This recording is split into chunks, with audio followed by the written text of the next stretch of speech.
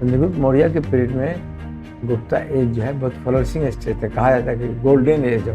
तो ये कैसे प्रमाणित कीजिएगा कि वो गोल्डन एज था इतिहास का? वेलफेयर स्टेट क्या होता है और इंडिया क्यों वेलफेयर स्टेट है? आपने लिखे हैं कि reading biography and autobiography of police officer. Biography और ऑटोबायोग्राफी में क्या डिफरेंस है?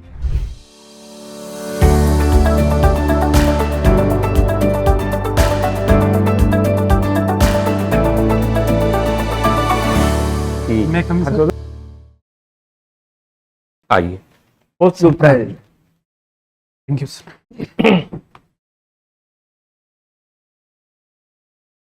Vikramajeet Singh, yes sir. विक्रमाजीत और विक्रमादित में क्या फर्क? Sorry sir. विक्रमादित और विक्रमाजीत में क्या फर्क? विक्रमजीत का मतलब तो है जो विक्ट्री से संबंधित है, जो विक्रमजीत विक्रम विक्ट्री से, विक्ट्री विक्रमजीत। विक्ट्री से जुड़ा हुआ है ये शब्द यस सर। है, माने अंग्रेजी वाले विक्ट्री से, सॉरी सर। अंग्रेजी वाले विक्ट्री शब्द से जुड़ा हुआ है Yes, victory. sir. Vikram, Vikramjit. अच्छा, विक्रमजीत, सॉरी सर। विक्रमादित्य का नाम सुने हैं? Yes sir. इतिहास आपको सब्जेक्ट है, यस सर। इसलिए ना विक्रमादित्य को जा रहे हैं, विक्रमजीत को ले जा रहे हैं विक्रमजीत के पास। Yes sir. कब विक्रमजीत कौन थे? और सर वैसे तो इतिहास में भारत में 14 विक्रमादित्य थे जो उपाधि धारण किए थे, हाँ, जिसमें सबसे प्रसिद्ध समुद्रगुप्त हुए, सॉरी चंद्रगुप्त द्वितीय। चंद्रगुप्त द्वितीय, यस। उन्हीं को कहा जाता है विक्रमजीत। तो उनके बारे में क्या जानते हैं? उनके काल के बारे में क्या ज्ञान है इतिहास का? गुप्त काल के वास्तविक संस्थापक के रूप में चंद्रगुप्त द्वितीय का नाम आता है, जिन्होंने साम्राज्य का एकीकरण किया। विशेषकर जो महाराष्ट्र का क्षेत्र था वहां तक उन्होंने जीत करके ये विक्रमादित्य ने किया? चंद्रगुप्त विक्रम, ये यस सर।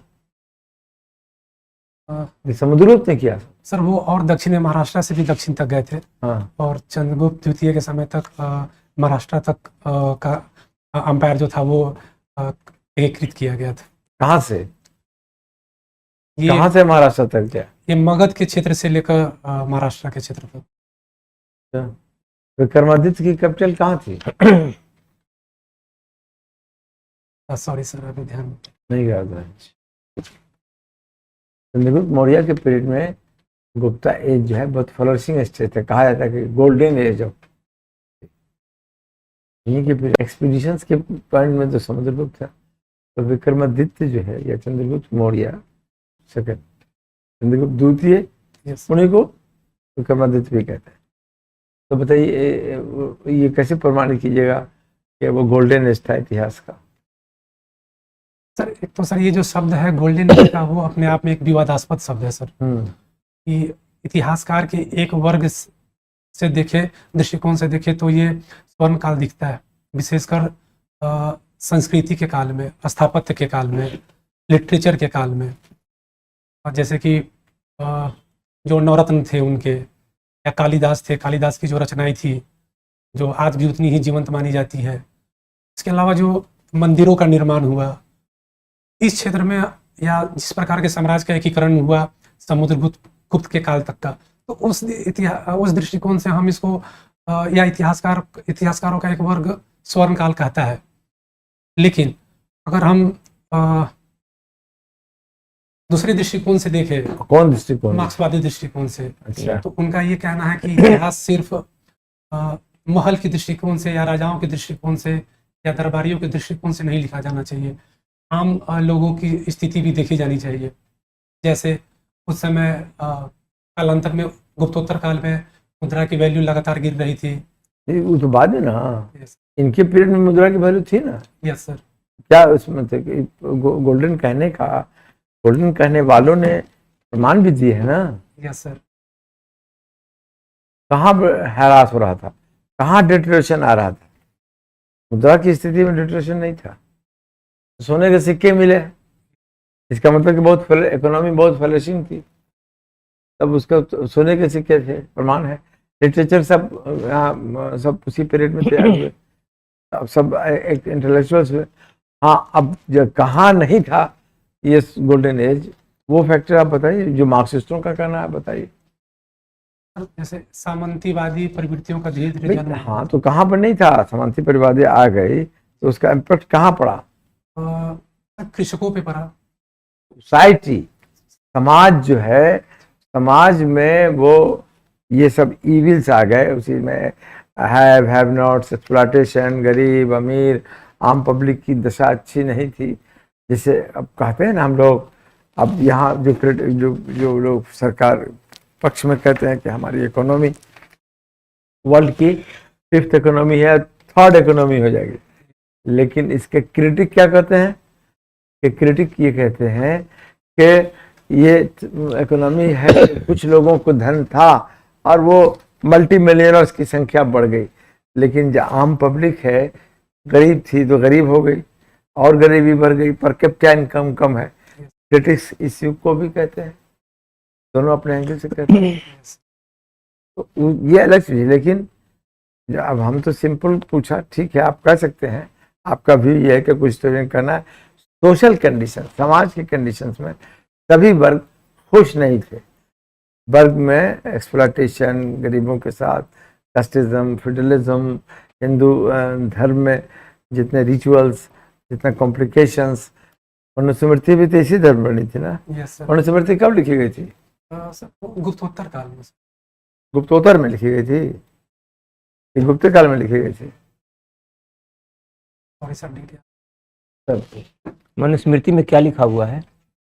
मनुस्मृति एक प्रकार का उस समाज के हर एस्पेक्ट्स को टच करता है। हर समाज के हर हायरार्की को, हर एस्पेक्ट को, हर एस्पेक्ट को, हाँ। उसमें लॉ से भी संबंधित बातें हैं, महिलाओं की दशा के बारे में वर्णन है, शूद्रों की दशा के बारे में वर्णन किया गया है, आदि आदि। अच्छा, आप वेलफेयर ऑफिसर है ना अभी? Yes sir. अभी हैं ऑलरेडी। हाँ Yes, है, ब्लॉक वेलफेयर ऑफिसर। तो ये वेलफेयर शब्द कब से क्या आया मतलब? बताइए इतिहास में? वेलफेयर ऑफिसर होने से क्या, किन के वेलफेयर के लिए आप वहाँ पर कार्य? अनुसूचित जाति जनजाति। केवल उन्हीं के? Yes sir. वेलफेयर स्टेट क्या होता है और इंडिया क्यों वेलफेयर स्टेट है? Yes sir. पर जहाँ पे मूल उद्देश्य जनता के कल्याण में निहित होता है, उसको कल्याणकारी राज्य के रूप में जाना जाता है। और इंडिया को इसलिए कल्याणकारी राज्य कहा जाता है जिसकी छवि हमें डीपीएसपी में भी दिखता है, जहाँ पे कहा गया है कि राज्य का यह कर्तव्य है कि वो ध्यान रखे कि संपत्ति का केंद्रीकरण किसी एक व्यक्ति के हाथ में ना हो, समान कार्य के लिए समान वेतन हो, जो वंचित वर्ग या सुभेद वर्ग हैं उनके इलाज के लिए व्यवस्था हो, प्रसूतियों को सहायता हो, कामगारों को उचित दर मिले, वर्क में या इंडस्ट्री में उनका इक्वल पार्टिसिपेशन हो। तो जितनी अच्छी अच्छी बातें हैं वो तो हर देश में होगी। कोई देश यह घोषित करेगा क्या कि हमारे यहाँ देश में असमानता हो, लोग सही ढंग से न रहें? ऐसा कोई देश तो घोषित नहीं करेगा, सारे देश घोषित करेंगे ना। Yes sir. पार्टिकुलरली इंडिया को वेलफेयर स्टेट के ऊपर अन्य देश भी कल्याणकारी है, क्योंकि उनका भी उद्देश्य जनता के कल्याण में ही निहित होता है। या चाइना है या नहीं वेलफेयर स्टेट? वहाँ की सरकार वहाँ के लोगों का कल्याण करती होगी कि नहीं? Yes sir. चाइना की आर्थिक स्थिति पहले हम लोगों के बराबर थी 1991-92 के आसपास, अब उसकी इकोनॉमी हमसे कई गुना ज़्यादा बढ़ गई। क्या वहाँ के तौर तरीके अपनाकर हम भी अपने देश को आगे बढ़ा सकते हैं? सर शायद नहीं। नहीं को जस्टिफाई करिए। Yes sir. भारत में सर मौलिक अधिकार को ज़्यादा वरीयता दी गई है। अच्छा। साथ में जनता के कल्याण को भी ध्यान में रखा गया और विकास को भी ध्यान में रखा गया। तो हमारे यहाँ चूँकि डाइवर्स सोसाइटी है, तो उसको हम one size fit for all के लिए हम उस कंसेप्ट को नहीं लागू कर सकते हैं। चाइना में क्या है? चाइना में एक ही कानून सबके लिए है, वहाँ विविधता को महत्व नहीं दिया जा रहा है क्या? तो सर जैसे कि हमारे यहाँ विभिन्न प्रकार के धर्म हैं, ऐसी धार्मिक विविधता हमें वहाँ देखने को नहीं मिलती है। चाइना में किस धर्म के लोग हैं? तो धर्म है। धर्म का भी कौन धर्म? सॉरी सर, मैं अभी भूल रहा हूँ। वहाँ तो बहुत लोग धर्म को मानते भी नहीं है। हाँ, यही है, धर्म ही नहीं है वहाँ। बौद्ध धर्म का भी कुछ प्रभाव है वहाँ पे। कुछ प्रभाव लोग है, नास्तिक लेकिन भी मेजर पॉपुलेशन तो वहाँ अधार्मिक कही जाती है। क्या बड़ी सारी ईश्वर में विश्वास करते होंगे कि नहीं, या नहीं वो अधार्मिक लोग ईश्वर की सत्ता में, सर, उसे नाम जो भी दे दें। जहाँ तक मेरा अनुमान कहता है, व्यक्ति अपनी सुविधा के अनुसार कोई ना कोई सहारा ढूंढ लेता है, तो शायद तो उस सिस्टम, उस सेकुलर कहते हैं, उस मुल्क सेकुलर रहना चाहिए ना, चाइना भी सर। सेकुलर है, yes sir. Russia. Sorry sir. चलिए, आप हिस्ट्री में पीएचडी कर रहे हैं। Yes sir. आपके पीएचडी का टॉपिक क्या है? हिस्ट्री में पीएचडी किए हैं। जयप्रकाश नारायण की परिवर्तनशील विचारधारा में गांधीवाद, 1920 से 1979। जयप्रकाश नारायण जी का एक 74 में एक स्लोगन आया था, बड़ी फेमस था। क्या स्लोगन था? संपूर्ण क्रांति। हिस्ट्री के स्टूडेंट हैं हम, थोड़ा अकबर से स्टार्ट करते हैं। अकबर नाम में किसने लिखी थी? अबुल फजल। और आगरा और अकबर का क्या संबंध था? Sorry sir. आगरा और अकबर का क्या संबंध है? Yes sir. आगरे का किला का निर्माण अकबर के द्वारा करवाया गया था, और वहीं पे उन्होंने बुलंद, ताकि वो सिकंदरा में है। अकबर आगरा की स्थापना किसने की थी? सिकंदर लोधी ने किले की स्थापना। अकबर का कैपिटल कहाँ था? आगरा था सर। और आगरा से शिफ्ट किया था लाहौर, किस ईयर में और क्या रीजन था? सर एग्जैक्ट डेट याद नहीं, अगर आप कहें तो हम ये 1596 के आसपास किया था सर। 96 नहीं, फिर शिफ्ट हो गए थे आगरा। Yes sir. फिर उसके बाद फिर एक सिटी उन्होंने एस्टेब्लिश की, तो वहाँ कैपिटल करा दिया, तो उसका नाम क्या था? सिकंदरिया, शायद सिकंदरिया, कंफर्म नहीं हो सर। उन्होंने एक धर्म भी चलाया था, क्या नाम था?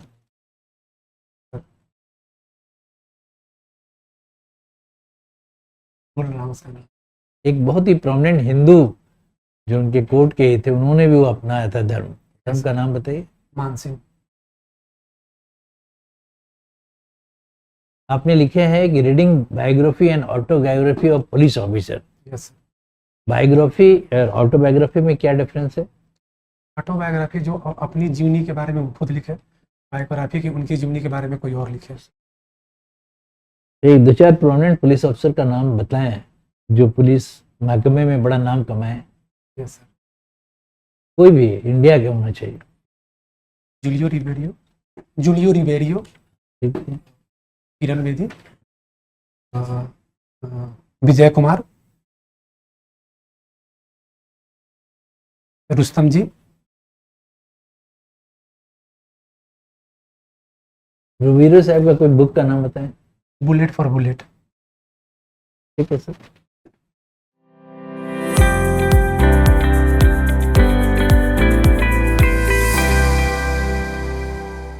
ये आपका क्या फैसिनेशन हो गया कि पुलिस की ऑटोबायोग्राफी लिख रहे हैं? उन्होंने डीएसपी चूज किया ना, तो इसलिए पुलिस के लिखते हैं खाली? चलिए ठीक है, ब्लॉक वेलफेयर ऑफिसर हैं आप। Yes sir. तो ये कब से जॉब कर रहे हैं आप? सर फरवरी 2024। आपको मुझे पोस्ट इंटरव्यू हो गया, मेजर क्वेश्चंस आपके ब्लॉक वेलफेयर अफसर के फंक्शनिंग से यस सर। पर आधारित होंगे, क्योंकि हिस्ट्री में आप पीएचडी हैं, तो हिस्ट्री में आपने पीएचडी कर रहे हैं। यस। हिस्ट्री में आपको जयप्रकाश नारायण मॉडर्न हिस्ट्री में तो टॉपिक पर हम लोगों ने पूछा नहीं सवाल जी। जयप्रकाश नारायण के एक तो सोशलिज्म में आप गांधीवाद लिखा है, क्या लिखा? टोटलिटी में है सर कि जयप्रकाश नारायण की परिवर्तनशील विचारधारा में गांधीवाद। कैसे इसको एक्सप्लेन किया आपने? कहाँ कहाँ उनका गांधीवाद नजर आ रहा? Yes sir. सर उनका जो स्टार्टिंग फेज है, जब वो अमेरिका जाते हैं तो उन पर मार्क्सवाद का प्रभाव पड़ता है, जब इंडिया आते हैं तो उन पर गांधीवाद का प्रभाव पड़ता है, लेकिन 1934 के आसपास फिर से उनसे गांधीवाद से थोड़ा सा मोड़ वो लेते हैं, और लगभग 1942 में मोटा मोटी 1947 तक गांधीवाद से वो इतर ही चलते हैं। फिर एक बार आज़ादी के बाद उनमें गांधीवाद का प्रभाव दिखता है और एक बार पुनः 1975 के आसपास थोड़ा सा गांधीवाद से वो तर लेते हैं। कांग्रेस स्वराज पार्टी जो थी, कांग्रेस स्वराज पार्टी सुना है ना? और Congress socialist party. Congress socialist party भी थी, यस सर। तो पहले उसमें स्वराज भी जुटा था। Yes sir. Congress socialist Swaraj party उसका नाम था। तो कांग्रेस सोशलिस्ट पार्टी के कौन थे संस्थापक? आचार्य नरेंद्र देव और जयप्रकाश नारायण तथा अन्य लोग भी थे। जवाहरलाल नेहरू नहीं, वो इससे नहीं जुड़े हुए थे सर। इससे नहीं जुड़े थे। नहीं सर। कांग्रेस सोशलिस्ट पार्टी बनाई थी पहले स्वराज पार्टी। इसकी जानकारी। अच्छा, कांग्रेस में चले हो गया। कांग्रेस में स्वराज का कॉन्सेप्ट किसने दिया? कांग्रेस ने अपने किस अधिवेशन में स्वराज को अपना कहा कि हमको स्वराज का डिक्लेरेशन चाहिए? 1906 में। 1906 में किसने नारा लगाया? किसने ये रेजोल्यूशन पास किया? ध्यान में नहीं है सर। देखिएगा, स्वराज कांग्रेस स्वराज में 1921 के अधिवेशन में ये कांग्रेस स्वराज का स्वराज तिलक ने तो कहा था Swaraj is my birth right I shall have, लेकिन कांग्रेस का मूवमेंट जो है वो उन्होंने दिया क्या नाम? हसरत मोहनी। हसरत। इनकलाब जिंदाबाद का नारा भी मौलाना हसरत मोहानी ने दिया। यस। ये उन्होंने दिया था स्वतंत्रता सेनानी, और स्वराज का उन्होंने ही रेजोल्यूशन पास किया था।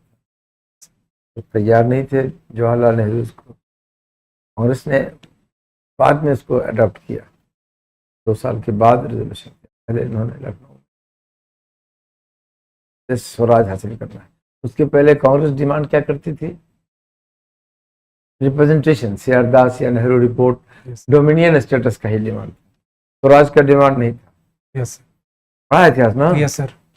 तो मौलाना हसरत मोहानी ने पहले स्वराज का डिमांड किया, डोमिनियन स्टेटस या और रिप्रेजेंटेशन और कोई हमको सुविधा या नहीं चाहिए, हमको स्वराज चाहिए। यस। चलिए, तो ठीक है, आप चूँकि हिस्ट्री के हैं, बाकी तो पर्सनालिटी आपकी मैच्योरिटी आ गई है, तो बता रहे हैं और वर्क भी कर रहे हैं। ओवरऑल ठीक है क्या सर? ठीक है। ठीक। Okay, with you, happy interview. ठीक है। Thank you sir.